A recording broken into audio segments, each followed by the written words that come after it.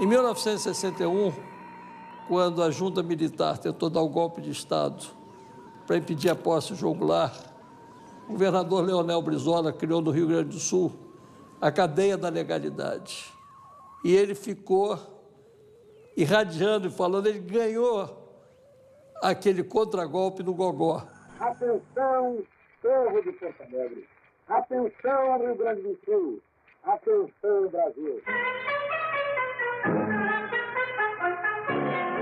Eu peço a todos que permaneçam atentos, porque possivelmente ainda hoje tenhamos as mais importantes e decisivas informações a prestar ao povo gaúcho e ao povo brasileiro sobre a crise político-militar, essa guerrinha sem tiros que até agora assistimos, que aí estamos vendo se desenvolver pelo país. Ele falava pela rádio todos os dias, o tempo todo, e as pessoas iam aderindo no país, e ele conseguiu ganhar e assegurar a posse do João Goulart.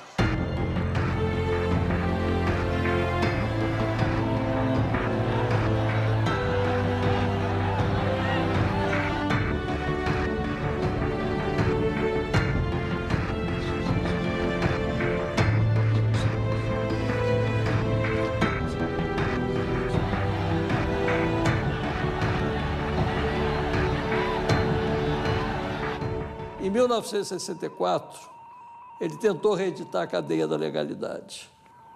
Funcionou no dia 1º de abril. A Rádio Maringue Veiga, que estava em rede com o Rio Grande do Sul, saiu do ar, os milicos invadiram, quebraram discos, quebraram patrimônio, e só o Brizola ficou emitindo do Sul. Tudo se desmobilizou, e nós descobrimos, então, pela rádio, que havia terminado o último foco de resistência no Rio Grande do Sul. A partir daí eu percebi que o golpe era inevitável.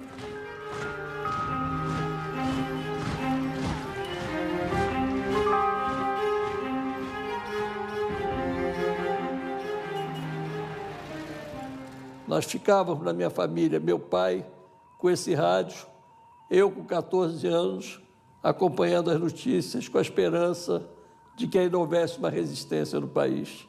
Mas tudo terminou naquela manhã de 2 de abril de 64.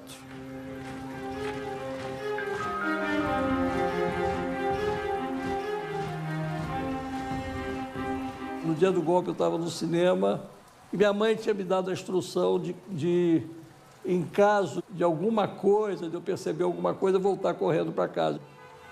De repente, dentro do cinema, começou a ouvir os buzinaços, umas comemorações.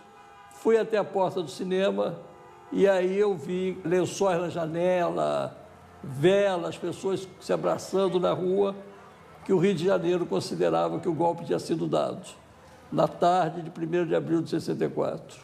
Eu fui para casa e na minha caminhada da Avenida Copacabana até meu prédio na Raimundo Correia, eu vi todos os porteiros dos prédios com um radinho de pilha no ouvido, tentando ouvir notícias justamente da cadeia da legalidade, para saber se ainda haveria resistência. E naquele dia, naquele momento, naquela hora, eu percebi quem tinha ganho e quem tinha perdido com aquele golpe.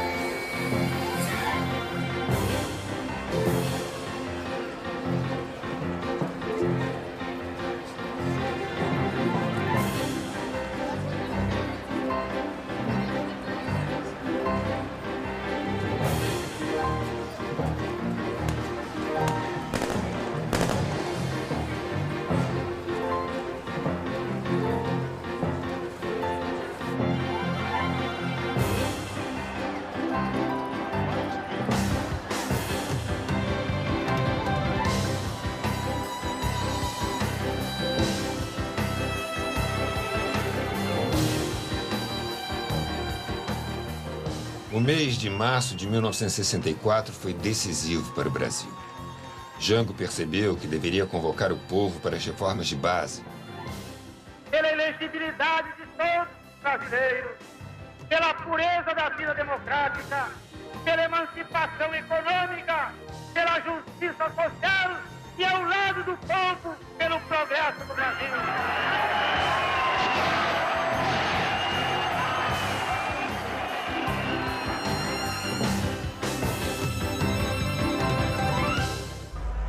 Os militares perceberam que ou davam o golpe naquele momento ou teriam que conviver com um país mais moderno e democrático. Todos se organizaram para o confronto. Buscando aliados.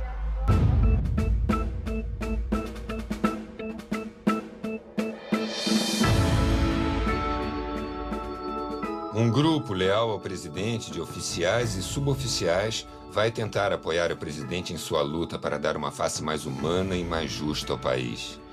Nem sempre essa tentativa correspondeu dentro da alta oficialidade das Forças Armadas.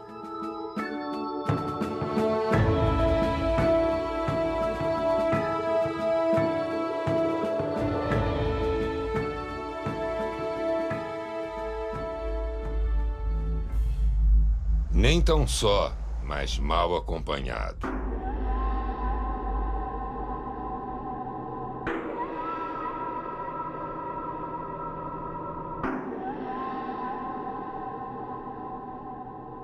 João Goulart precisa do apoio da alta oficialidade para seu projeto de reformas e tenta resolver esse apoio na mesa de almoço.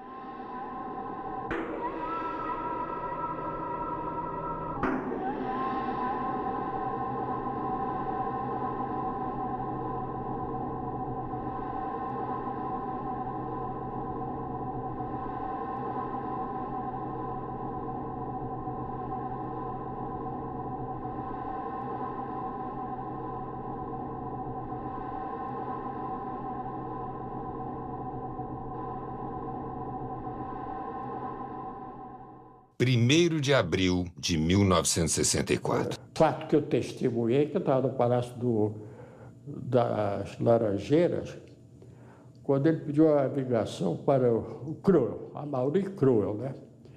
E eu não ouvi o que o Cruel respondia, mas eu vi que ele dizia: não vou fazer a declaração anticomunista, eu quero a lealdade total, né? Não tem sob condição. Foi, quer dizer, uma espécie de divisão, né? Porque se o Cruel tivesse apoiado mesmo o Jango, ele não teria caído, não. A segurança do Palácio do Laranjeira já não havia mais. Né? E eu vi realmente gente tinha o lenço branco no pescoço, gente do Lacerda, né? Gente da reação, andando quase que livremente pelos jardins do palácio.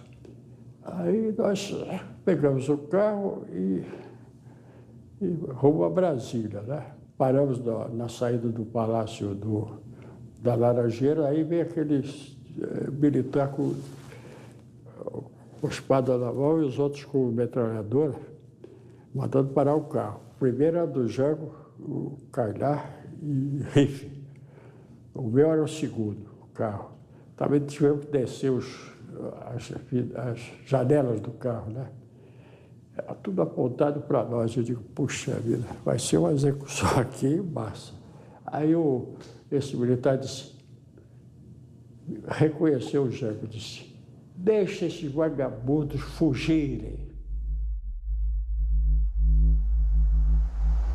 Nós não sabíamos de nada em Brasília. Para todos os efeitos, estava tudo sob controle. E eu tentava falar com a minha mãe por telefone, que era uma coisa assim... às vezes levava horas para conseguir falar, fazer a ligação.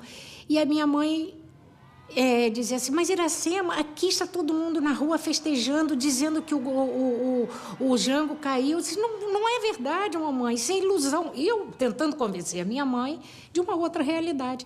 Antes que o presidente tenha saído, o Tancredo diz a ele: Jango, você saiu do Rio e não fez uma declaração ao país. sairá de Brasília sem fazer uma. Tem que dar uma explicação ao país. Então ele nos pede, escrevam, então, um manifesto. Escrevam.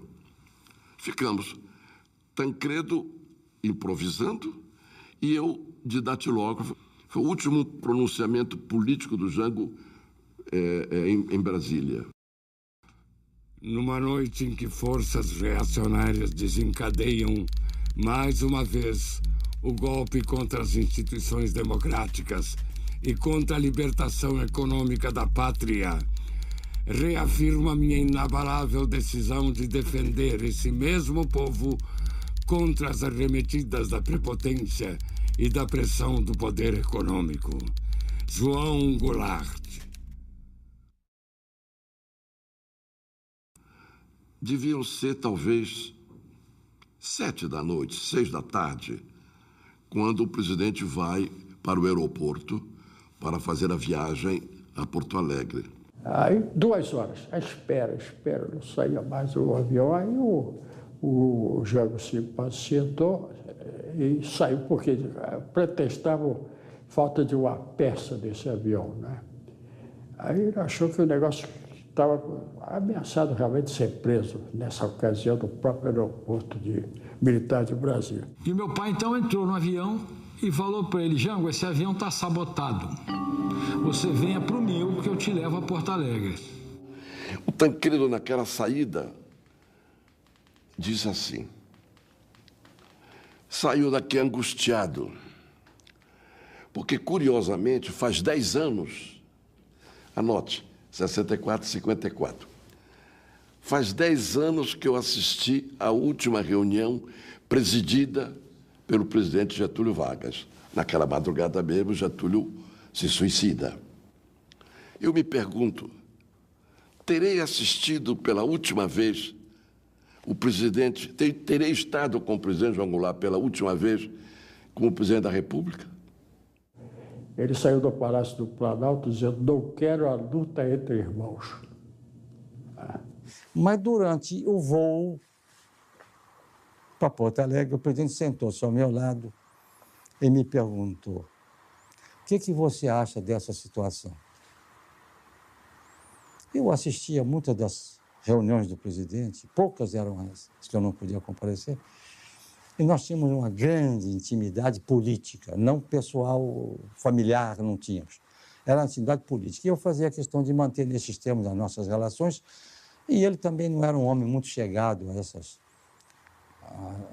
esse tipo de relacionamento social e tal. Ele me perguntou o que eu achava e eu disse a ele, presidente, eu vou lhe dar a minha opinião com toda a sinceridade. Se o senhor chegar em Porto Alegre e o Rio Grande estiver unido em torno do senhor vai ter que resistir.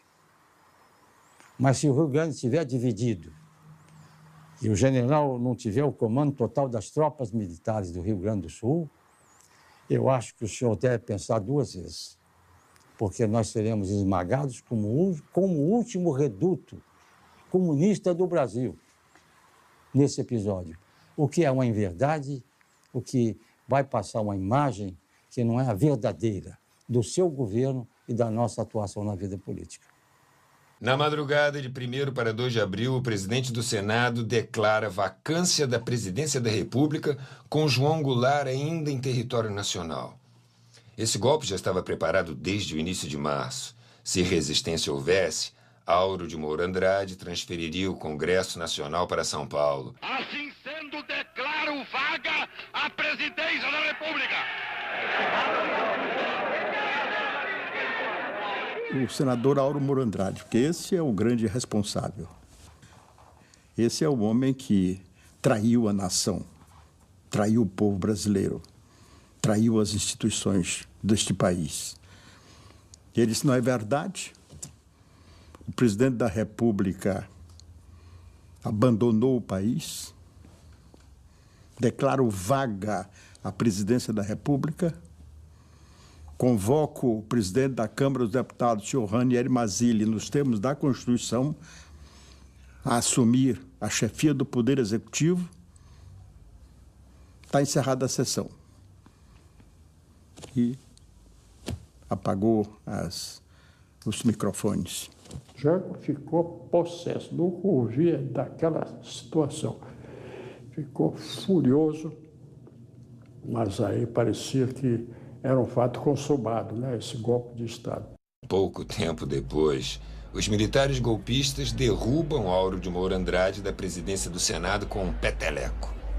O senador golpista sai murmurando: "Japona não é toga." Era tarde. O golpe estava consumado. Quando o presidente João Goulart chegou a Porto Alegre, houve uma reunião na residência do comandante do Terceiro Exército, que era o general Natário Teres.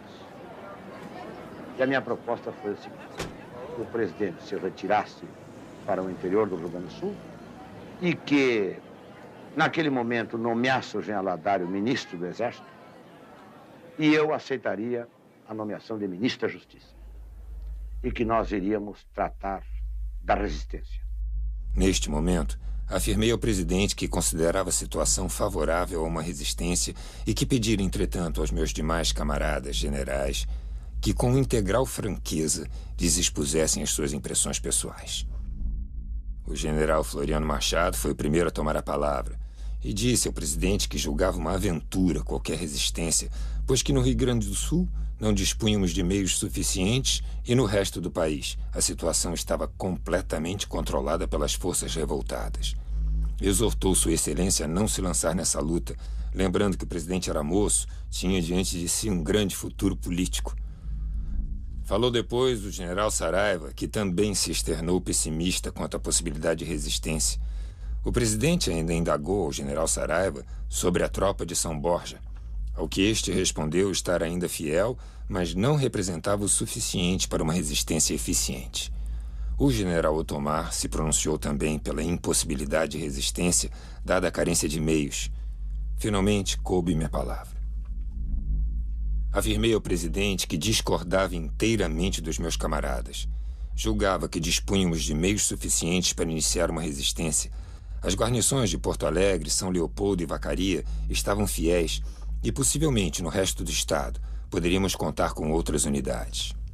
A Brigada Militar, mediante decreto, se colocaria sob nosso comando. Ademais, dispunhamos de 20.000 armas e cerca de 6 milhões de tiros, o que nos possibilitaria mobilizar muitas unidades.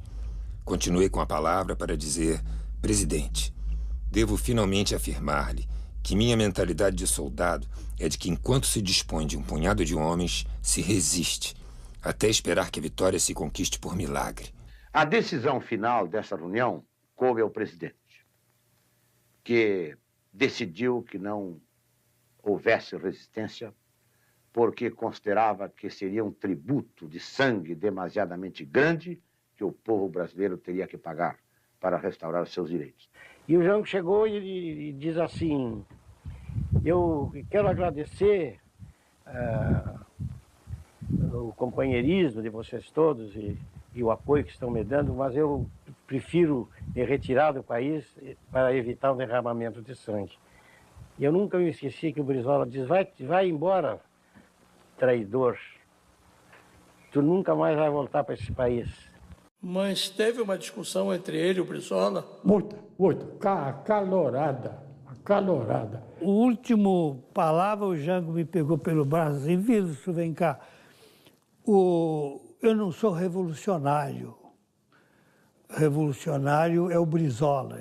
Realmente eu tenho a convicção profunda que esse é um dos grandes atributos do presidente, porque ele sempre foi conciliador. Nas greves que houve, em tudo, ele procurava conciliar. Quando fui a Brasília, em 1984, para liberar o filme Jango, preso na censura ainda na ditadura militar, travei contato com o comandante do avião. O comandante Guerra me contou que foi ele, o piloto do avião, que transportou Jango de Porto Alegre para São Borja. Quando chegaram em São Borja, o comandante Guerra disse estar à disposição para ir aonde quisesse, pois assim fora instruído a agir pelo comando militar, fiel a Jango. Num gesto digno, ele agradeceu, mas determinou que o comandante retornasse imediatamente para Porto Alegre, pois aguardaria na sua fazenda em São Borja até que se desse posse a um novo presidente, e que ficasse configurado o golpe de Estado que o depôs. Só então sairia do Brasil por seus próprios meios. Sempre quis fazer um filme onde pudesse contar essa história. Silvio Tendler.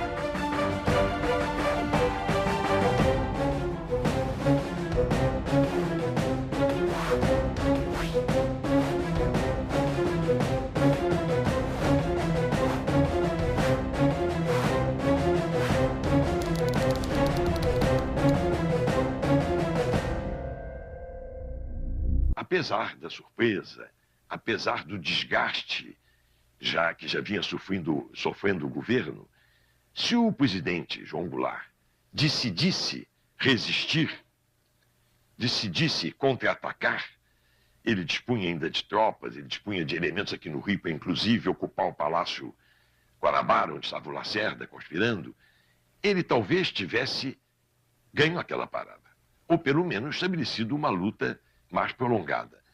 Mas ele resolveu não resistir. Foi uma decisão, a meu ver, até acertada, porque evitou derramamento de sangue. E hoje, depois dessas informações liberadas lá do americano, a gente está vendo o envolvimento que, inclusive, tinha o governo americano no golpe militar que estava se processando no Brasil.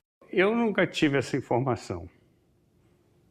Eu acho que isso também foi usado muito para justificar a omissão de quem deveria lutar pela democracia e pela liberdade naquela ocasião. E se tivéssemos que ensinar golpe, o Brasil tinha muito mais know-how do que os americanos. 6 dias antes do golpe, no dia 25 de março de 1964, os marinheiros se reuniram no Sindicato dos Metalúrgicos para comemorar o 2º aniversário de sua associação. No dia 25 de março de 64, a Associação de Marinheiros e Fuzileiros Navais comemorava o 2º aniversário e lhes foi oferecida a sede do Sindicato dos Metalúrgicos, da Rua Ananelli. Eu no quartel, aí tocou prontidão, porque tinha que ir uma tropa para lá, para o Sindicato dos Metalúrgicos, para reprimir os marinheiros e fuzileiros que estavam lá em assembleia, festejando também o aniversário da associação. Ocorre que a maioria do pessoal, todo mundo era sócio. A turma que estava lá dentro do sindicato, ficaram apelando, chamando de irmão, vocês são nossos irmãos e tal, vocês não podem fazer isso e tal. Aí quando um dos nossos colegas, o Raimundo Nonato Barbosa, foi o primeiro fuzileiro a depor a arma, ele depôs a arma e assim sucessivamente. E nós somos um daqueles fuzileiros navais que se negou a efetuar aquele massacre, que a ordem era essa. Pegamos as nossas metralhadoras, jogamos no chão, pulamos o muro e apoiamos o movimento em apoio ao comandante supremo das Forças Armadas, que é o presidente da República. Passamos lá 3 dias, porque surgiu a informação de que oficiais de marinha iriam bombardear o sindicato conosco dentro. No dia 27, fomos evacuados por ordem do presidente para o 1º Batalhão de Guardas e lá no dia 28 fomos anistiados pelo presidente do país. Anotaram os nossos nomes e nos liberaram. Foi quando o pessoal, o marujada, o marinheiro, o fuzileiro, botaram o almirante Aragão no ombro e tal, saiu o desfile. Aquilo ali praticamente foi uma gota d'água, né, para o almirantado. Com o advento do golpe, nós fomos expulsos a toque de caixa no dia 10 de abril e entregues ao camburão da polícia dentro do quartel. E nos jogaram no porão do navio Ari Parreiras, que estava adernado, sem nenhum componente, beliche, nada, e ficamos ali 30 dias, dormindo no casco do navio e comendo uma vez por dia. Dali fomos tirados e fomos levados para a Ilha das Flores. Dali nós saímos, fomos para o porão do navio Custódio de Melo, 3ª coberta. Ficamos ali. E dali, depois de 7 meses de prisão, saímos e íamos receber a primeira visita, porque os nossos familiares não sabíamos que estávamos vivos. E eu quero dizer que eu tenho toda a honra de ser fuzileiro naval. Papai foi sendo muito visado. Ele, no governo João Goulart, cogitaram de nomeá-lo comandante do cruzador Barroso. E os oficiais que eram contrários a essa nomeação foram a Brasília dizer que papai era comunista, que não podia ser nomeado comandante do cruzador Barroso, porque, imagina, um comunista comandando um cruzador era o Potemkin. Era uma coisa inadmissível naquela época. Ele foi chefe de gabinete do último ministro da Marinha do presidente João Goulart, o almirante Paulo Mário, o único negro que foi ministro da Marinha do Brasil. E para que o Paulo Mário assumisse o ministério, foi montada uma verdadeira operação de guerra. Eles tiveram que chegar no ministério disfarçados de civis, porque havia uma tentativa de sequestro do Paulo Mário, de todos esses oficiais que estão aí. Naquela semana que antecedeu o golpe, havia uma agitação muito grande na cidade, principalmente no meio militar. E eu não desgrudava do rádio. E o repórter lá, o jornalista, em tom assim bombástico, dizia: vamos derrubar o presidente comunista, as tropas de Minas Gerais já estão a caminho do Rio de Janeiro. Isso era de madrugada, de 31 para o dia 1º. O meu comandante, que era do batalhão de manutenção da divisão blindada, ele era do esquema do presidente Jango. E houve uma prontidão no batalhão, que inclusive estava preparando um destacamento. Ele ia exatamente dar apoio a uma coluna que saiu para Minas. Mas naquela mesma noite o coronel reuniu os oficiais e, muito contrafeito visivelmente, disse: olha, o presidente Jango deixou Brasília e o Congresso designou como presidente da República o presidente da Câmara, deputado Ranieri Mazzilli. E também disse que o presidente Jango estava em Porto Alegre. Quando o coronel falou isso, eu pedi a palavra, disse: dá licença, coisa. Eu tenho uma observação. Se o senhor diz que o presidente da República está em Porto Alegre, ele permanece no cargo. Ele não se ausentou, só se saísse do país. Então, ele é o presidente. Então, nós devemos a nossa lealdade constitucional, etc., ao presidente Jango. E, nesse momento, o coronel procurou desfazer aquilo, não deixou render nada, nenhuma outra observação, e pediu para eu falar com ele. Fui falar com ele e ele disse: olha, você me faz uma dessa na reunião de todo mundo, eu tenho que... simbolicamente me desarmou, me tirou do comando lá do pelotão. Em seguida, pouco tempo depois, ele me chamou de novo, dizendo que me deu a entender que talvez houvesse uma resistência, alguma coisa, mas não houve.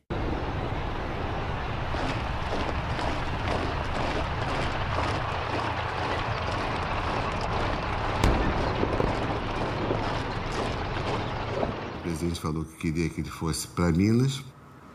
O papai falou: olha, com a tropa que eu estou recebendo, eu amanhã de manhã estou em Juiz de Fora e a situação está resolvida. Foi para o primeiro exército, e aí já o comandante do primeiro exército, que estaria ligado aos revoltosos, já tinha cortado metade do poderio de envio dele. E então ele foi informado que as tropas estavam vindo, que esperavam a rendição dele. Ele falou que não ia se render. Eles tinham tanta certeza do esfacelamento da defesa, quer dizer, não tinham tropas para a defesa, que eles vinham caminhando pela estrada tranquilamente, né? E já com um armamento, obviamente, muito mais pesado do que o que meu pai dispunha. E aí o general Zerbini falou, olha, a situação aqui está muito frágil, não temos condições. O meu pai entrou em contato com o general Assis Brasil, que era chefe da Casa Militar do Jango. A essa altura já estavam todos em Brasília. E aí foi informado que a situação estava praticamente perdida. E ele desceu em direção ao Rio. Aí no dia seguinte ele se apresentou no primeiro exército. Eu acho que nesse momento ainda era o general Âncora que comandava, onde ele foi preso. Meu pai ia para Caçapava pegar a tropa que ele não conhecia. Ele tomou posse naquela fatídica noite do dia 31 de março. Chegou em Caçapava, mais ou menos de madrugada. O coronel se apresentou, eles se conheciam da Revolução de 32, tinham lutado juntos, prometeu lealdade. Disse, tá bom, então vamos nos arrumar, vamos pro Rio de Janeiro. Daí 15 minutos, onde está a tropa? Tinha se evadido.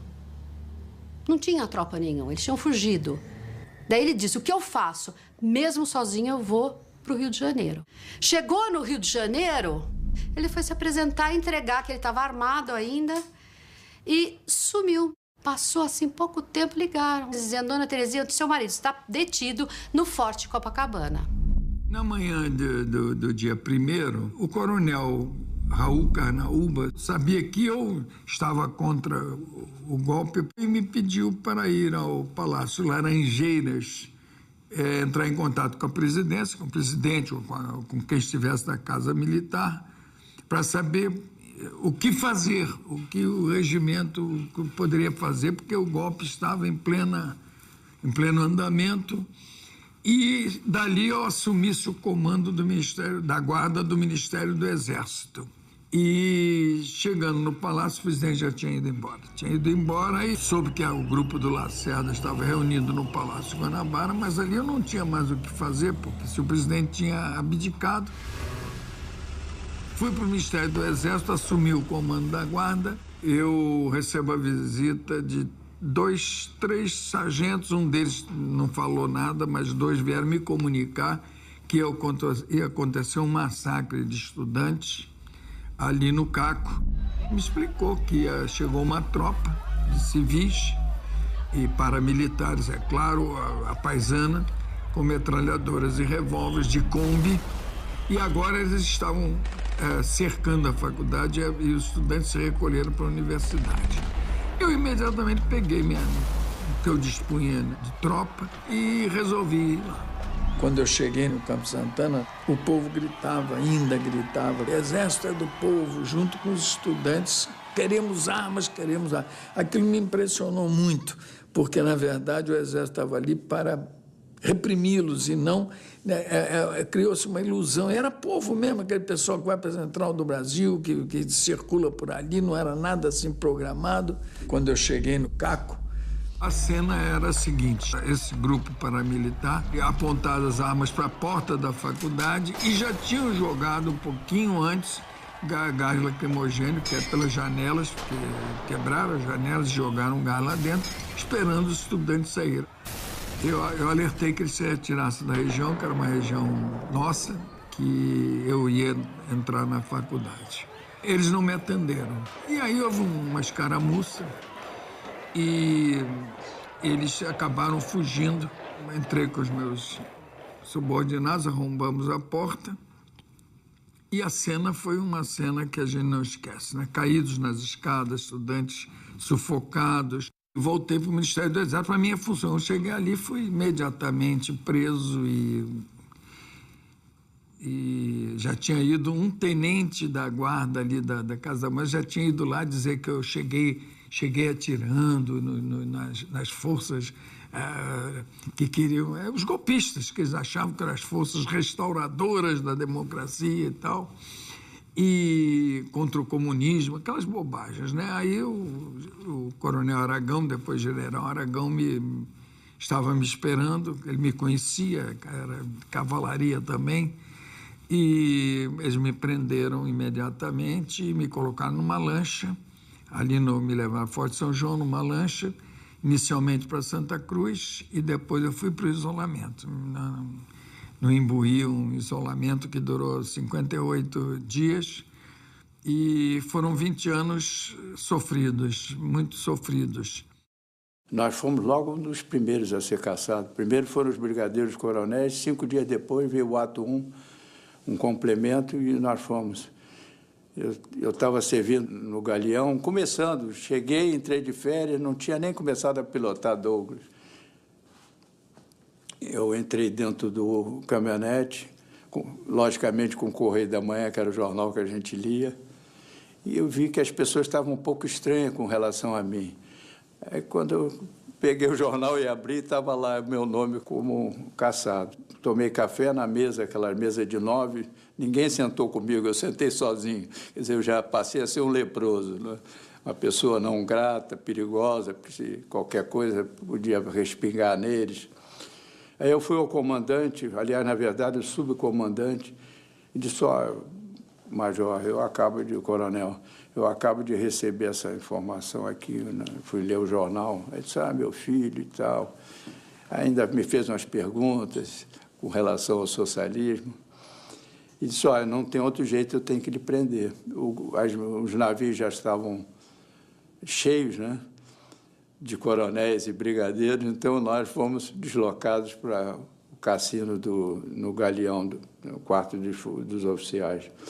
Lá eu fiquei 50 e poucos dias preso, incomunicável, com gente na porta, com metralhadora .50, como se eu fosse um sujeito altamente perigoso.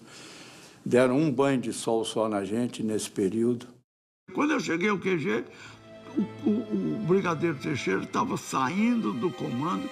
Ele disse: olha, Rui, a vila roeu a rapadura. Foi essa a palavra dele. Eu disse: o que houve? A vila roeu a rapadura. Já está tudo acabado e nós vamos agora falar com o ministro Botelho. E o Botelho, ele nos recebeu muito emocionado e disse: olha, eu não dou ordem sem estar alguém para dar ordem em cima de mim, que seria o presidente da República. Eu não vou dar ordem para vocês, mas vou dizer o que eu vou fazer. Eu vou esperar o outro ministro entregar. E vocês vão para suas bases, vão para suas unidades, e quando chegar o substituto, entrega. Ok? Ok. E quando nós estávamos jantando, veio o capitão Hartz, Hugo Hartz.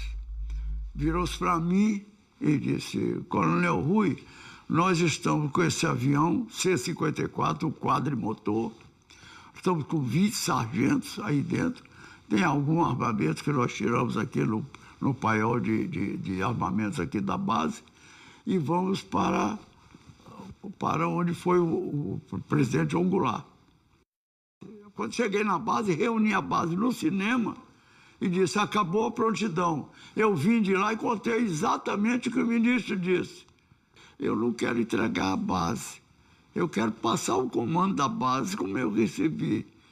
Eu não vou sair daqui escorraçado. E esses caras, eu sei que está toda a base cercada. Se eu for entregar a base assim, desse jeito, é melhor eu não ficar vivo. E passei o comando com a base toda cercada às 9 horas. Peguei o carro e vim embora. Me apresentei o Teixeira, ele estava me esperando. Ele e o Estado-Maior, o chefe do Estado-Maior dele, fomos os três ao ministro Melo. Aí ele disse: o Rui não quer ser preso, Moreira Lima não quer ser preso. Não, senhor, não torça minhas palavras, meu ministro. Eu estou dizendo que eu não vou ser preso com show. Aí ele disse: e como é que tu vai ser preso? Ele, por telefone. Então eu fui o único oficial, fui preso, que passou o comando dentro do regulamento, o RDAE da Aeronáutica, e foi preso por telefone. O chefe de Estado-Maior dele, Baena, era o brigadeiro Baena: ô, Moreira Lima, dá um pulinho aqui, eu posso levar a cueca, o aparelho de barba, pasta, escova e tal, muda de roupa. O riso assim meio bobo. Aí eu fui para lá e fui preso. Foi logo no primeiro ato, né? No número, ele já foi passado para reserva, foi preso no navio, né? Ele foi para o navio, ele e outros militares, né? De vez em quando eles traziam para a terra os presos para receberem visita das famílias, né? De forma que de vez em quando eu tinha contato com ele, assim. E eu recebi um telefonema em casa onde eu morava, em Copacabana, um telefonema para me apresentar preso a tantas horas na embarcação que ia nos levar para Santa Cruz. E, calmo e serenamente, convencendo que eles iam encontrar lá, como encontrei muitos amigos, ia encontrar um documento, um elemento de força onde eu podia ser alguma coisa. Eu era um militar que estava integrado no Exército, na Força Armada. Quer dizer, eu era um elemento espúrio dentro do Java e não chegado ainda a ser um elemento ligado às forças que resistiram, que fizeram força. Então, fui tranquilamente para a embarcação, montei, já encontrei 5 elementos lá, um é Pinto Guedes, eu encontrei 5 elementos lá dentro, então, chegamos lá. Então, a ideia foi pacífica, de respeito àquele troço, sabendo, como sabia, e nunca tive pensamento ao contrário, que era um movimento anti-Brasil. O Kardec Leme foi quem propriamente me cooptou para eu ingressar no Partido Comunista. Eu passei a me entender que eu fazia parte de um coletivo militar vinculado às linhas do Partido Comunista Brasileiro. Sou preso em 1964, eu fardado ainda, preso naquela miscelânea de gente, quando, pela norma, um oficial deveria ser preso com uma certa distinção de coisa, não é?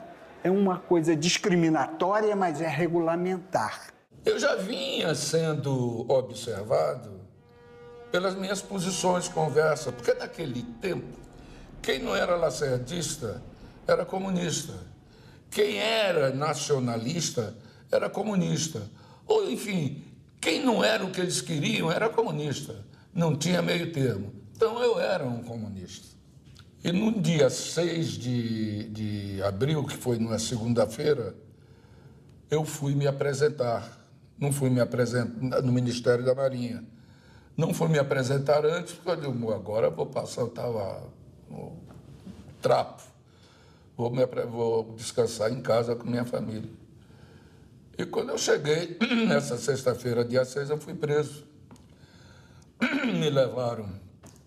Eu fui para a diretoria do pessoal, de lá um colega já veio, já recebeu um telefonema, levantou-se quando veio, já veio armado. Ele montou preso. Aí ele mandou que eu acompanhasse ele, me levou para a Escola de Guerra Naval, que funcionava no prédio, e depois se animar. E lá eu e o filho do almirante Suzano, Márcio Suzano, que já faleceu, fomos levados para o navio Princesa Leopoldina. Estiveram presos comigo no Princesa Leopoldina e a quem eu olhava com imenso respeito e com imensa reverência. Brigadeiro Teixeira, Joaquim Inácio, Moreira Lima. Eu, tenenteco, vendo aqueles brigadeiros e coronéis, enfim, coronéis e oficiais de alta patente presos comigo ali. Diziam que eu era comunista desde 62. Quem era comunista para os militares, dentro das Forças Armadas, eram os que combatiam a miséria, o atraso e a desigualdade. Esses eram os inimigos do Brasil. E eu fiquei incomunicável durante algum tempo, em 64. Depois me reuni com esse grupo no navio Princesa Leopoldina, que era o navio presídio. E lá estavam o Rui Moreira Lima e o Brigadeiro Teixeira, todos os militares das 3 forças. E aí eu percebi que eu estava do lado certo, né? Que eram pessoas realmente extraordinárias. Em 64, eu fui preso 10 minutos depois que mataram o coronel Alfeu. Quando eles saíram do Rio, eles falaram e os sargentos ouviram no avião que eles vieram. Nós vamos levar o Hipólito para segurar o Alcântara. O nome dele era Alfeu de Alcântara Monteiro. O tenente-coronel Alfeu de Alcântara Monteiro era um oficial legalista convicto. Em 61, impediu o bombardeio do Palácio Piratini por parte dos que queriam impedir a posse de João Goulart. Em 64, os golpistas vingaram-se do coronel Alfeu, executando com tiros dados a queima-roupa pelas costas. Já eram quase 8 horas. Entrou o Alfeu, uniforme completo, cap e tal. Mas que é isso, coronel? Vai alguma solenidade aí? Diz, não, chegaram os oficiais do Rio para assumir o comando. E então, agora é os oficiais superiores, eu vou subir. O gabinete estava semi-aberto, o Hipólito estava na frente e ele atirou no Alfeu, naquela situação. E o Alfeu de costa porque estava se apresentando para o... Aí ele atirou e depois de uma série de estampidos de arma possante, 2 tiros que eram do revólver 32 Alfeu. Quer dizer que eu reconstituí desta forma pelo ouvido. Mas foi ali. O caso das mãos amarradas. Agosto, setembro de 64, começou a tomar vulto uma estrutura clandestina. Para reforçar essa estrutura clandestina, foi deslocado um grupo de sargentos excluídos do Rio de Janeiro. Eram 21 sargentos. E o Raimundo fazia parte desse grupo. Como era muito inquieto, foi distribuir panfletos ali próximo ao planetário, né? E prenderam. Foi denunciado por um civil que era esbirro da polícia. Então prenderam, levaram para o DOPS, maltrataram muito, levaram para a Ilha Presídio. Lá, preso na ilha, ele escrevia para sua mulher cartas amorosas, nada de água com açúcar, mas cartas amorosas de uma riqueza humana impressionante. E fazia estas cartas chegarem a ela no Rio de Janeiro. Minha querida Betinha, ainda estou vivo. Penso que a estas horas você deve estar chorando. Não quero isso. A jovem senhora valente das respostas desconcertantes deve agora substituir a moça ingênua e humilde com quem tive a felicidade de casar. Nesses últimos dias, tenho sido torturado pela realidade de estar impedido de ver o rosto da mulher que amo. Eu trocaria, se possível fosse, a comida de 8 dias por 8 minutos junto ao meu amor, ainda que fosse só para ver. Tenho uma fé inabalável de que os adversários não conseguirão destruir nosso amor. Sei hoje que você tinha razão. Em muitas de nossas discussões sobre o nosso tipo de vida, você ganhou. Tudo passará. A política, a cadeia, os amigos. Só uma coisa irá durar até a morte. O amor que tenho por essa mulherzinha que é hoje a única razão de querer viver deste presidiário. Com a tranquilidade da certeza de que, apesar de tudo, ainda mereço teu amor, remeto um caminhão de beijos com o calor dos dias mais felizes da nossa vida. Do sempre teu, Manuel. Um belo dia ele é retirado da ilha e desaparece. Fazem assinar um rol de libertação, devolução de pertences. Ele nunca delatou seus companheiros, por isso morreu. Seu corpo apareceu boiando no rio Jacuí, com as mãos amarradas às costas com uma tira da própria camisa. Este é um militar brasileiro que deveria, sim, ser considerado um herói das Forças Armadas. O enterro de Manuel Raimundo Soares em Porto Alegre, em 66, foi algo impressionante. O cortejo que se formou, a ditadura levou um susto. Guerrilha de 3 passos. Nós nos reuníamos, conversávamos em Montevidéu. Um grupo mais próximo do Brizola, outro grupo mais próximo do Jango. O Jango fazia constantemente tratativas políticas. O Brizola queria uma ação. O Brizola tinha um espírito muito dos caudilhos do Rio Grande. Como eu disse, é um homem de ação. Então, quem queria uma resposta, vamos dizer, mais objetiva, mais prática, ficava mais ligado ao Brizola. Isso em março de 65 já. O Jefferson já estava organizando algo para dar uma resposta armada ao golpe. O plano original seria o seguinte: tomar o Rio Grande do Sul e aí o Jango voltaria, né? A ideia era devolver o poder presidencial ao presidente deposto. Chegaram no Paraná, tomaram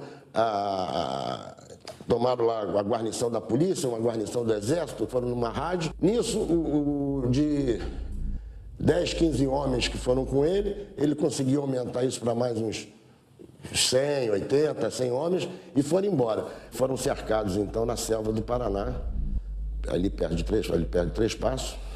Ficaram uma semana, 10 dias, trocando tiro, trocando bala e tal, e acabou que eles caíram, né? Eles foram presos mesmo, porque não tinha jeito. 50 mil homens, o exército mandou 10 mil homens. Só de paraquedista mandaram 1000 paraquedistas.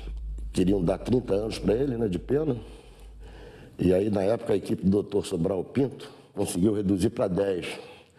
Porque ficou provado que o pessoal do exército morreu com as balas dele mesmo. Eles cercaram o grupo do meu pai e ficaram fazendo um fogo cruzado.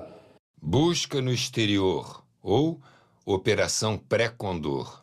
Jefferson Cardim de Alencar Osório se asila no México. Volta para Montevidéu.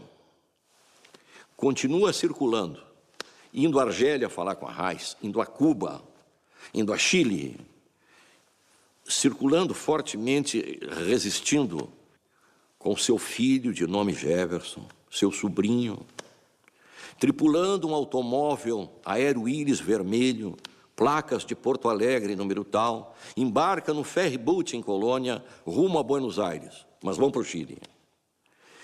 O adino militar brasileiro em Montevidéu aciona o colega em Buenos Aires, que, por sua vez, aciona a Polícia Federal Argentina, que os já esperam no porto. São levados do aeroporto de Ezeiza para o Galeão, a bordo de um avião da FAB, estando presente o então embaixador brasileiro Azeredo da Silveira, depois ministro de Relações Exteriores. Coronel Dagoberto Rodrigues. Meu pai, ele politicamente estava comprometido com a Frente Parlamentar Nacionalista do governo João Goulart. A partir desse período, que foi um curto prazo, de 61 até 64, ele lutou muito e aglomerou, digamos assim, no DCT, que é um órgão de comunicação, uma resistência ao golpe militar. Então, meu pai, quando foi exilado, já ficou exilado na Embaixada do Uruguai. Nesse espaço de tempo, ele encontra uma visão completamente diferente, a visão de luta contra aqueles que realmente destituíram o governo constitucional. Então, a partir do momento que ele entra em contato, né, com a resistência de outros países latino-americanos, são várias pessoas que ele passa a ter contato para gerar essa visão latino-americana. A tentativa de distribuir o foco guerrilheiro pelo centro da América Latina, junto com o Guevara. O meu pai foi cassado, perdeu todos os direitos políticos dele por 10 anos. Ele foi banido da Força Aérea, né, por ato institucional. Sofreu tortura e preso no quartel da Polícia do Exército, no centro de Porto Alegre. Lamarck era tenente lá da PE, que é uma figura notória da resistência contra a ditadura militar. No dia que ele estava de serviço como oficial de dia, eles, ao invés de comer em lata de goiabada, como que eles serviam comida para eles em lata de goiabada, como se fosse prato, ele mandava servir a refeição em prato e talher. Eles notavam que existia esse respeito desse oficial de dia por eles, até a fuga do meu pai, coincidentemente, no dia em que o Lamarca estava de oficial de dia, né? Meu pai passou para cima do forro dessa unidade, desse quartel da PE, caminhou em direção à praça, onde a altura do forro com a calçada era menor, atou ali o cobertor, que lhe servia de abrigo, pulou e dali ele desceu e foi embora para casa e acordou a minha mãe e a minha avó em plena madrugada. Minha avó, que é espírita, pensou até que estivesse enxergando alguma coisa, algum sinal. E, a partir daí, o meu pai, então, procurou, né, assim, através de um advogado que ele conhecia, um auxílio para sair do Brasil, e ele conseguiu isso, né, para tirarem ele ali de Porto Alegre. Ele passou a fronteira e pediu exílio no Uruguai. O ministro da Aeronáutica, na época, o brigadeiro Eduardo Gomes,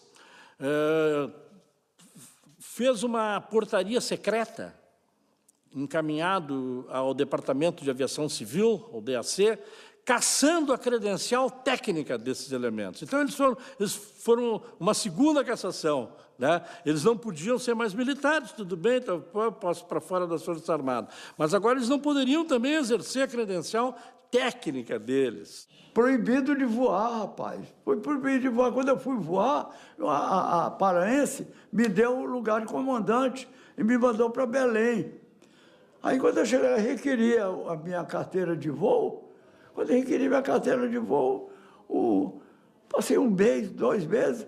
Aí, pô, cadê a carteira de voo? Aí eles botaram, fizeram uma portaria secreta e disseram que quem foi atingido pelo ato institucional não tinha direito de voar. Você já viu, quer dizer, matar de fome. Porque você tinha que fazer uma solicitação. Aí eles não entregavam. Você fazia de novo, eles não entregavam. Aí o papai foi para a Justiça, chegou ao Supremo, ganhou, fez nova solicitação para receber, como uma carteira de motorista, uma carteira de piloto. Sem isso você não trabalha, nem na Bélgica, nem aqui, em lugar nenhum, entendeu? Depois que o STF deu ganho de causa, eles então negaram a carteira e no papel vinha a justificativa de que eles não podiam entregar por conta de 2 portarias secretas da Aeronáutica. Era a licença de piloto de linha aérea. E a Diretoria de Aeronáutica Civil, que expedia isso, tinha a ordem do ministro para não cumprir o acórdão do Supremo Tribunal Federal. Uma das coisas que mais me emocionavam era porque eu vi um dia, eu era garota, mas eu percebi, tinha uma janela baixa. Toda vez que passava um avião, ele ia para a janela, se tivesse próximo, se fosse possível. E uma vez eu estava na janela, assim, a janela era baixinha, eu estava sentada lá fazendo qualquer coisa, e eu olhei para cima, para o rosto dele, e ele estava chorando. Silenciosamente, aquela coisa do olho começar a encher e começar a lacrimejar. Tenho tantas coisas agradáveis na vida, tanta prática das quais eu me orgulho. E quando volta a debater questões de um foragido de máfia, que isso, ditadura é uma máfia, não respeita nada. Amigos meus, quantos foram mortos? Ninguém sabe nada. Então, quando eu dou esse depoimento, minha cabeça passa por esses lugares e me comove.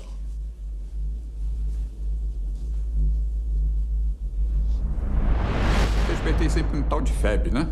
Ex-combatente, né? E minha família toda de militar, coisa e tal, ex-combatente, ex-combatentes, né? Os heróis brasileiros, né? Os caras que combateram o nazismo, né? Os grandes heróis da pátria, né? Aí, pô, e entre esses heróis brasileiros, né? Tinham dois assim que sempre me falaram alto, um por proximidade, vamos assim dizer, até familiar, porque eu e os filhos dele fomos muitos amigos, que é o Coronel Kardec Leme, né? E outro é que era um mito para mim, que era o Rui Moreira Lima, né? E vem a Gloriosa de 64, pega esses dois e mais um bocado deles e simplesmente joga na lateral da história. Isso que era chocante para mim, um herói preso, um herói nacional, pô, um ex-combatente preso atrás das grades, feito uma fera. Pô, era meu tio, o que ele fez? Estão enxovalhando as pessoas gradas do país, os heróis nacionais estão sendo enxovalhados. Isso aí que me revoltou, isso aí que me fez começar a participar de grupo de resistência, né? A guerrilha urbana contra a ditadura não foi opção nossa, foi imposição da ditadura. Ela nos levou a ter que tomar essa decisão. A gente não tinha experiência do que era uma guerrilha, ninguém tinha feito guerrilha nunca na vida. Nós íamos com a coragem e a consciência de que estavam fazendo algo certo. E era certo. O enfrentamento foi correto, eu acho. Eu não tenho nada a lamentar, nunca tenho nada a arrepender do que nós fizemos, porque era um dever ter aquela atitude frente à ditadura militar. Nós não víamos como possibilidade plausível você conversar, ter diálogo com quem tinha tamanha prepotência, tamanha força, que dominava e que estava muito bem assessorado, diga-se de passagem. O capitão da guerrilha, Carlos Lamarca, era filho de sapateiro e foi oficial do Exército, ligado ao Partido Comunista desde os anos 60. Campeão de tiro, foi destacado pelo Exército para dar treinamento militar a bancários. Em suas aulas, ensinava a atirar, mas em caso de assalto, aconselhava a não resistir. Em 1969, Capitão Lamarca deixa o Exército e parte para a clandestinidade, levando homens e armas. Seu objetivo foi o foco guerrilheiro. Com a guerrilha esfacelada, Lamarca é aconselhado a deixar o país, mas recusa-se a abandonar os companheiros. Em 1971, doente, cansado e com fome, em Brotas de Macaúbas, interior da Bahia, mais de 200 homens o encontram encostado em uma árvore, já sem forças, o cercam e fuzilam sem clemência. Em 17 de setembro de 1971, morre Carlos Lamarca. O assassinato do comandante da VPR, Onofre Pinto, sargento do Exército caçado pelo AI-1, foi um dos fundadores da VPR e um dos 15 libertados no sequestro do embaixador americano em setembro de 1969. Retorna ao Brasil em 1974, caindo numa emboscada armada pela repressão. Seu corpo nunca apareceu. Recomendei muito para ele. Onofre, não volta que é furado. Esse esquema aqui é furado, é traição. Hoje, os órgãos de segurança conseguiram infiltrar muita gente no nosso meio e a volta é suicídio. Falei assim para ele. Entraram no Brasil pelas fronteiras secas de Santo Antônio do Sudoeste, foram levados até o local da cilada pelo Alberi Vieira dos Santos e tentam convencer o Onofre a mudar de lado e dizer para o Onofre, olha, você fica com a gente, muda de lado, ou você vai ter o mesmo destino que seus companheiros que estão ali enterrados, alguma coisa assim. Aí veio a ordem de cima, isso que ele fala, né, de que era necessário executar o Onofre. Deram uma injeção de Showtox no Onofre, ele morreu ali, e que abriram o abdômen, enfiaram uma coisa de ferro e jogaram ele dentro de um rio, para cima de Foz, a uns 60 quilômetros, e hoje essa região está toda ela inundada pelo Lago de Itaipu. Eu tive aula de direito, todos têm aula de direito. E durante, acho que 2 meses, foi estudar minuciosamente a Convenção de Genebra, de 1949, que trata de todo o envoltório de prisioneiros de guerra. Lá dá, em detalhes, como deve ser tratado qualquer cidadão que está sob a tutela do Estado. Ao momento dado, eu pedi para ver o comandante. Aí veio o comandante. Eu estava com as pernas para trás, amarradas na cintura, os braços atrás amarrados na cintura, né?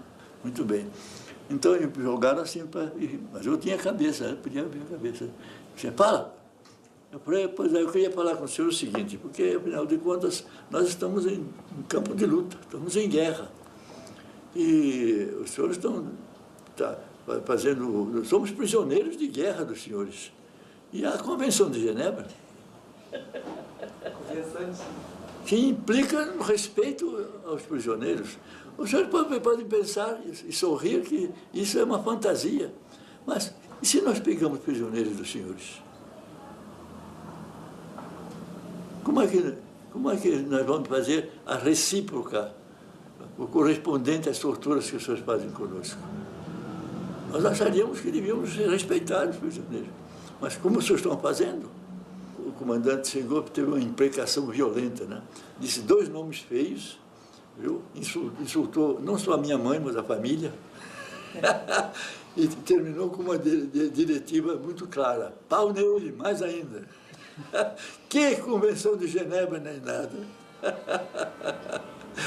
E para mim essa que foi a grande, honestamente, vergonha para as Forças Armadas brasileiras, porque eles sujaram a farda de sangue. A tortura, você se desumaniza, você vai perdendo a sua condição de pensamento, é tal o sofrimento, né, que você chega praticamente a dialogar com a morte. Eu posso dizer que eu vi a face da morte, né, nas paredes daquela sala de tortura, né? Aquelas paredes impregnadas de sangue e de gritos dos torturados. Quando eu fui preso, minha mulher estava grávida, eu sabia que ela estava grávida, e eu não sabia se ela tinha sido presa ou não, né? Então, quando começou o processo de tortura, enquanto estava pancada, né? Choque elétrico estava... Vamos ver, né? Era novo. Conforme os próprios torturadores falavam, esse garoto tem caixa boa. O garoto tem caixa boa, que assim, tem um físico bom, né? Resiste bem. O garoto tem caixa boa. Então, enquanto eu tinha caixa boa, eles não iam ter muitas oportunidades, não, né? O camarada veio e começou a falar da minha mulher, coisa e tal. Ele sentiu que eu tremi.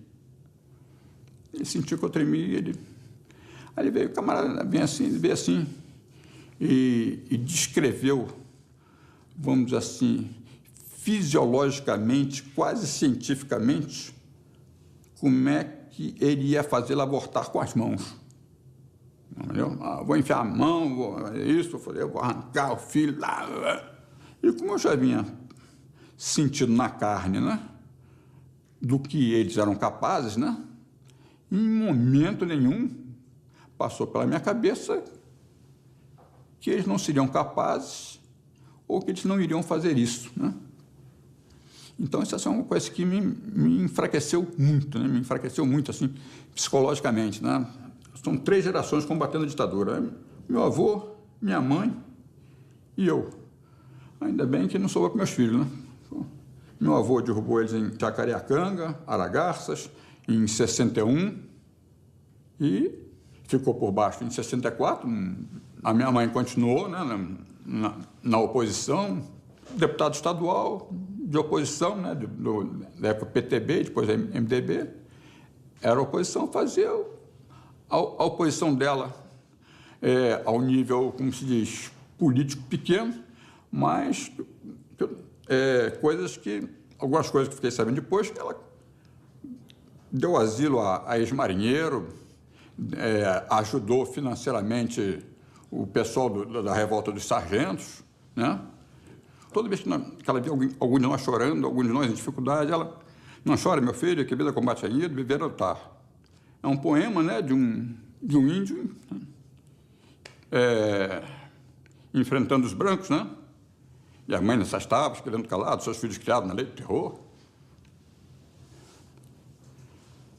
Isso me emociona, porque a minha mãe sempre falava isso para mim.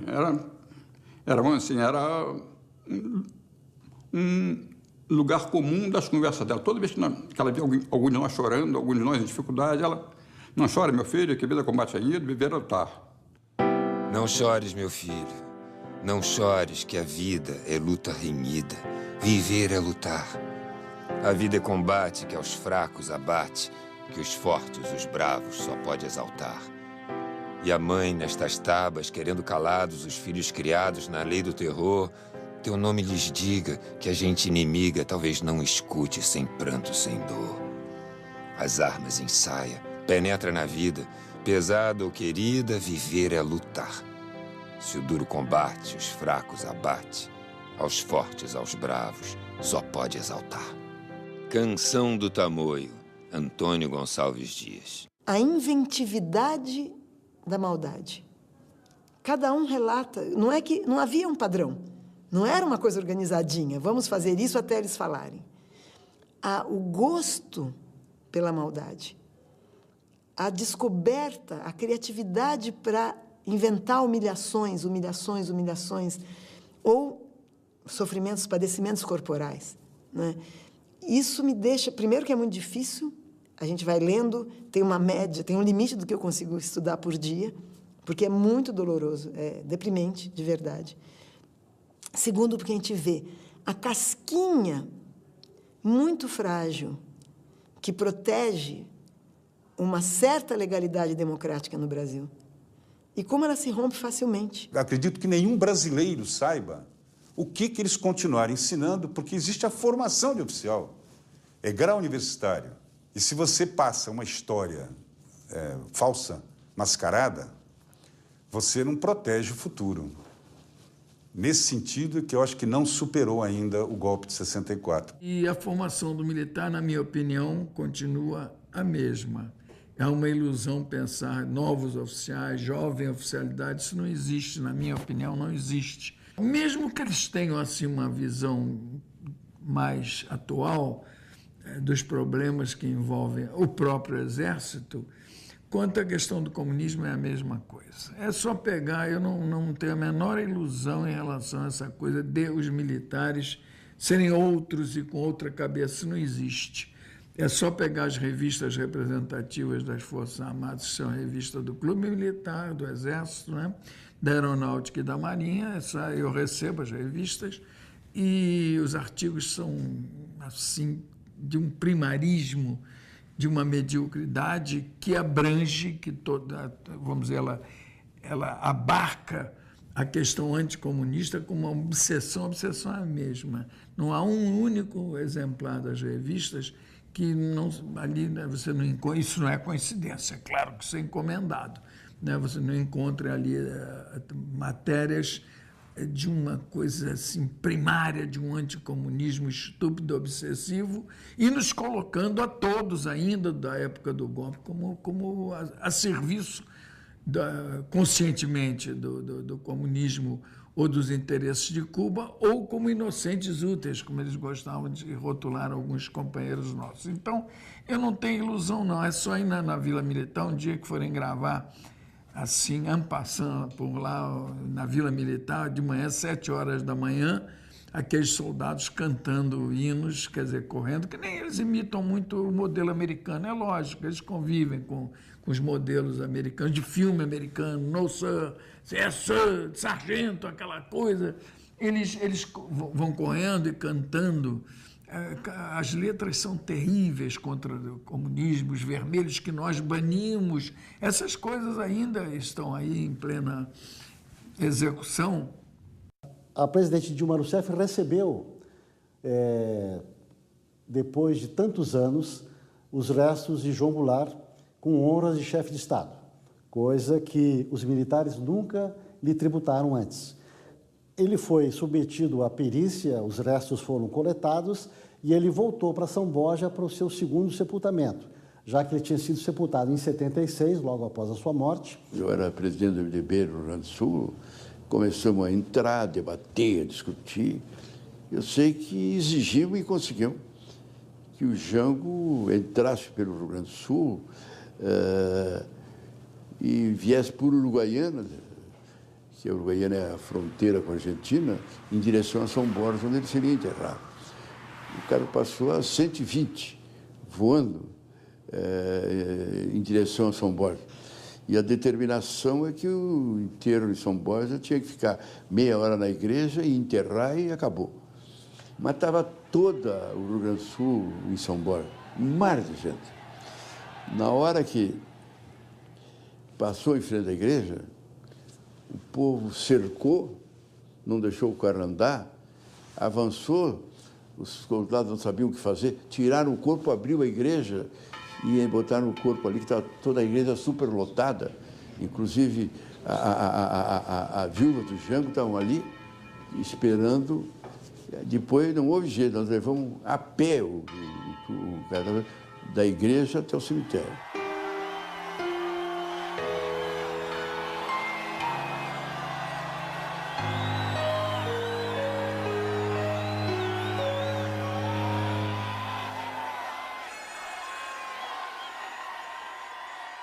Chegou na hora do cemitério, a ordem era, vamos lá e enterra. Aí na hora, vamos lá em terra, estava tudo cercado, não sei o quê, na hora eu começo a falar. Eu faço um discurso modéstia à parte, não foi um discurso provocativo, foi um discurso do Jango, da história, lamentando que ali do lado, a 50 metros de distância, ali estava o corpo do Dr. Getúlio, que também veio morto. O presidente da República morreu e veio morto para ser sepultado, e agora o seu pupilo ali também a mesma coisa.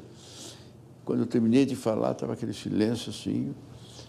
Dessa vez, foi uma cerimônia com as devidas honras, né? Seguindo a cerimônia tocante que tinha acontecido um mês antes em Brasília.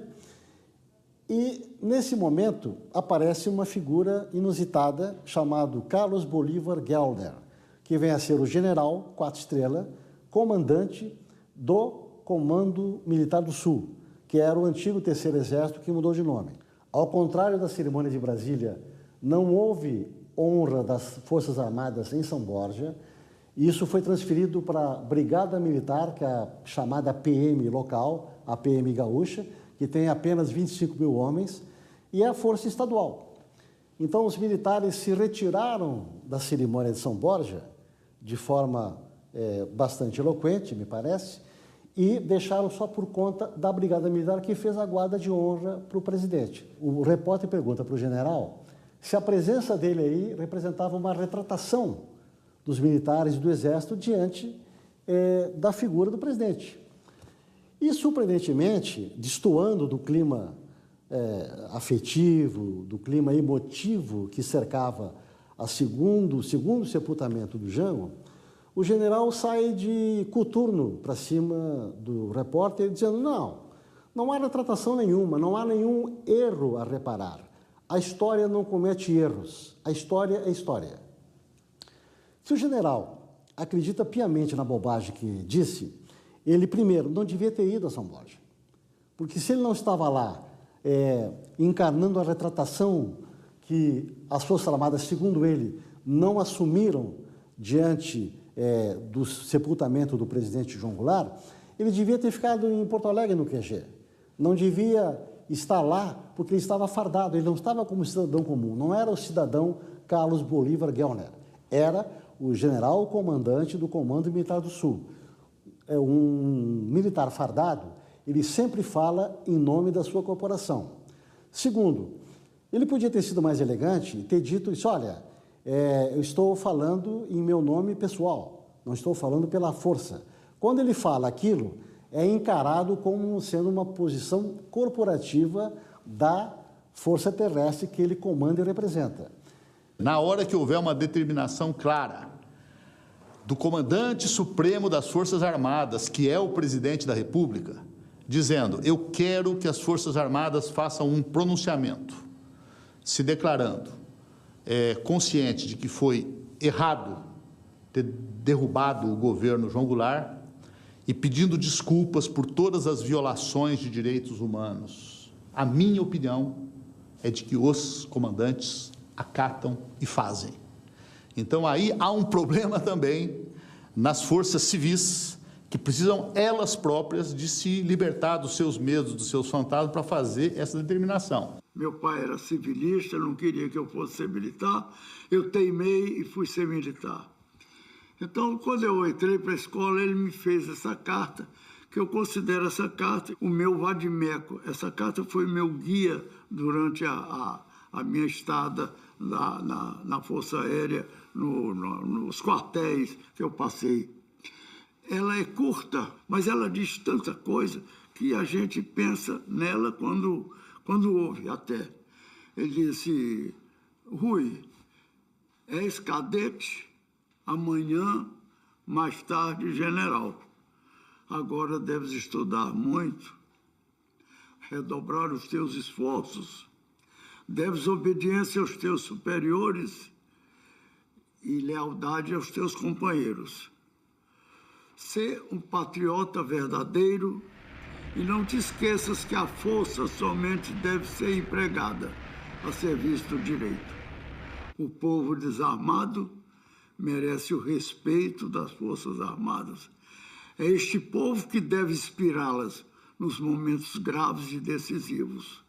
Nos momentos de loucura coletiva, deve ser prudente, não atentando contra a vida dos teus concidadãos. O soldado não conspira contra as instituições pelas quais jurou fidelidade. Se o fizer, trai os seus companheiros e pode desgraçar a nação. O soldado não pode ser covarde nem fanfarrão. A honra é para ele um imperativo. O soldado não pode ser um delator, a não ser que isso implique em salvação da pátria. Espionar os companheiros, visando interesses próprios, é infâmia. E o soldado deve ser digno. Aí estão os meus pontos de vista. Deus te abençoe. Bento Moreira Lima. O capitão Sérgio é uma figura rara em qualquer história. Em 1968, ele impediu que houvesse um massacre no Rio de Janeiro. Ao se recusar a cumprir uma ordem de um seu superior, ele evitou que cerca de 100 mil pessoas morressem nessa cidade. Ele se recusou a comandar a explosão do gasômetro da Avenida Brasil, a explosão da represa da Light e o lançamento de alguns líderes políticos de avião sobre o mar, entre os quais Carlos Lacerda, Juscelino Kubitschek, Dom Helder Câmara. Tudo isso, evidentemente, seria atribuído aos comunistas. Ele disse não. E, por esse não, ele sofre até hoje. Ele foi processado, ele foi afastado das Forças Armadas e ele rejeita a anistia que se quis dar a ele, porque ele disse que não quer ser esquecido. Isso não é um caso para ser esquecido. Se houve um herói em 1968, esse herói é o capitão Sérgio. A profissão, o ofício de soldado, exige grande responsabilidade de quem tem a guarda e manuseio das armas. E eu acho que quem cumpriu esse ofício com retidão não é para ser chamado de herói. Eu fui digamos, um bom e simples soldado. Como é que foi aquela reunião? Bom, a reunião, Zuenir, foi o clímax de uma sucessão de reuniões que tinham começado 2 meses antes.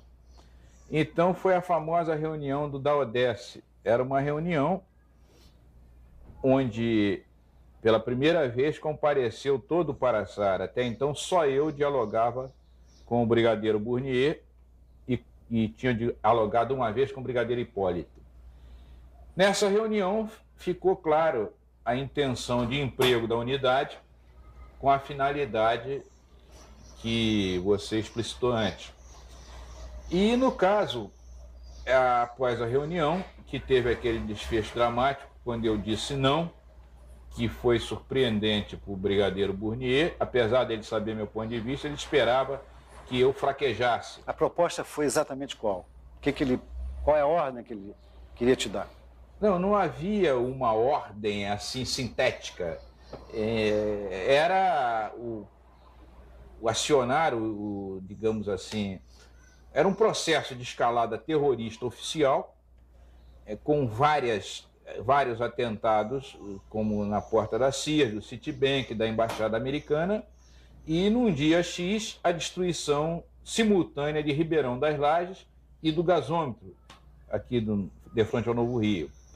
Isso tudo, a opinião pública seria preparada para uma ação ostensiva dos chamados comunistas. E após esse clima, com a cidade em pânico, porque você sabe, quando o gasômetro explode, não é só a explosão do gasômetro. Nas tubulações de gás entram ar, e aqui no Leblon, por exemplo, em Ipanema, uma mulher que acendesse um fogão, o fogão explodiria. Então seriam milhares de explosões, seria um verdadeiro caos nessa cidade, sem luz, sem força, na hora do rush. Muito bem, a opinião pública, certamente preparada para atribuir isso aos comunistas, aceitaria uma caça às bruxas à la Indonésia, correto? E os comunistas seriam mortos a pauladas que nem ratos, segundo palavras do próprio Burnier.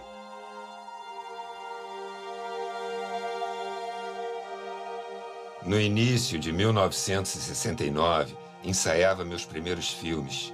Filmei o Almirante Negro, como era conhecido João Cândido Felisberto, que em 1910 havia liderado a revolta da Chibata e teve a coragem de dizer não ao uso de castigos corporais contra marujos. Serviu de exemplo a gerações de marinheiros. Em outubro de 69, um companheiro de meu grupo de cinema sequestrou um avião e o levou para Cuba. Eu não tinha conhecimento nem dos planos, nem da ação do sequestro. A aeronáutica veio ao meu encalço. Teria sido morto como herói, não pela coragem, mas porque, sob tortura, não teria o que dizer. Fui salvo pela firmeza do brigadeiro Afrânio Aguiar. Sou muito grato a esse militar. Meu filme sobre o João Cândido foi queimado por quem o guardava, pois havia medo de que os militares da ditadura descobrissem sua existência. Soube da morte do Almirante Negro em dezembro de 69, no dia em que saí da aeronáutica, onde tinha ido prestar meu último depoimento do inquérito policial militar que respondia. Do filme, sobrou esta foto e a vontade de contar histórias como as que faço agora. Neste filme, militares que disseram não, homenageio os que honraram a farda e o juramento que fizeram, o de servir a nação. A todos os militares que disseram não, esta é a minha homenagem. Silvio Tendler, janeiro de 2014.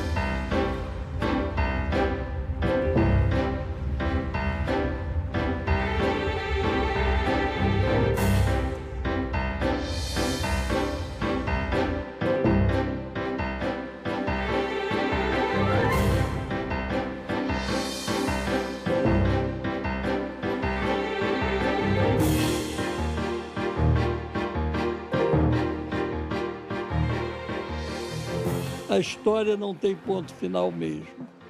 O filme estava pronto quando soube que o primeiro fuzileiro naval a depor a arma e o capacete e aderir à reunião dos marinheiros do Sindicato Metalúrgico 64 estava vivendo em sua cidade de origem, São Rafael, no Rio Grande do Norte, a 200 quilômetros de Natal. Fui para lá e no caminho vi milhares de hectares de terra cercados pelo latifúndio, despovoados e sem plantações. Me lembrei do presidente João Goulart, pois uma de suas últimas medidas teria sido desapropriar terras não cultivadas ao longo das rodovias. Há 50 anos esse problema poderia ter sido resolvido.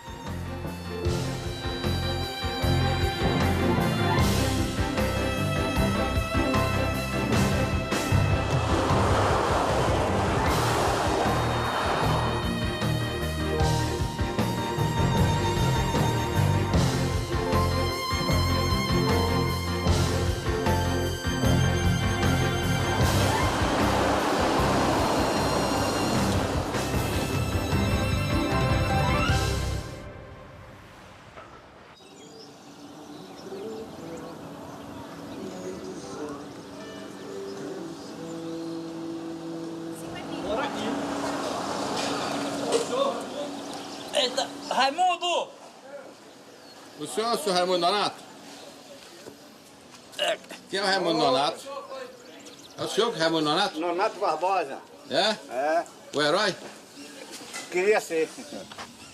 O senhor continua forte. Muito prazer, Raimundo Nonato Barbosa. Prazer, Silvio Tender. Tudo bom? Raimundo Nonato Barbosa. Rafael, prazer.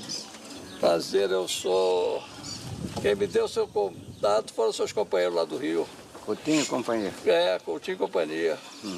Aí o senhor resolveu vir morar aqui, eu vim atrás do senhor. Mas eu nasci aqui mesmo. Nasceu aqui mesmo? Me escondi aqui quando eu vim. Depois de Imperatriz no Maranhão, eu vim pra cá.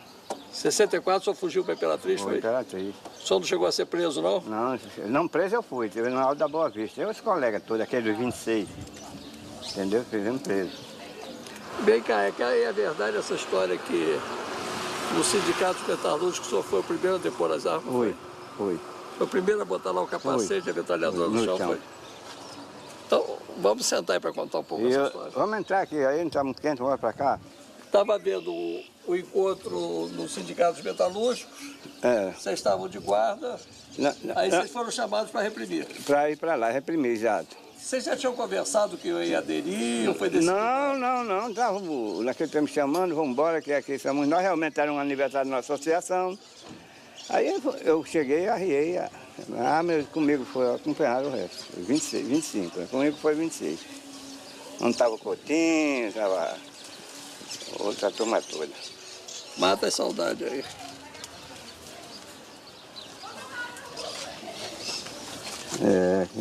Isso mesmo.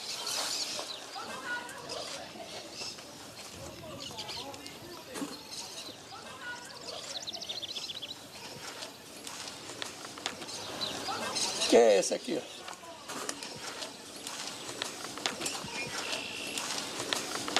Esse eu não conheço, não. De Maria, esse pessoal não conhece, não. Já ouviu falar em João Cândido? Já. É ele. Aquele da Revolução de não sei quando, né? De 1910. Eu tenho um livro dele aí. Você tem o livro dele? O outro de baixo é ele também. Não, camisa. Já estou nu de camisa. Mandaram botar a camisa aí. Não tem nada de ficar sem camisa, não. Esse é negócio de comunista mesmo, viu? Tem que estar no meio. Tem um medo danado. Ela tem medo de comunista? Essa turma aqui, a minha família toda fala nisso, vai ter um medo danado. Eu digo, não é bicho, não. E o senhor é comunista até hoje? Eu sou. Até hoje? Eu sou. De partido, não? Não tenho partido, não. Tem partido? As ideias, mas não é partido, não. O senhor passou a ser comunista quando? Em 1974.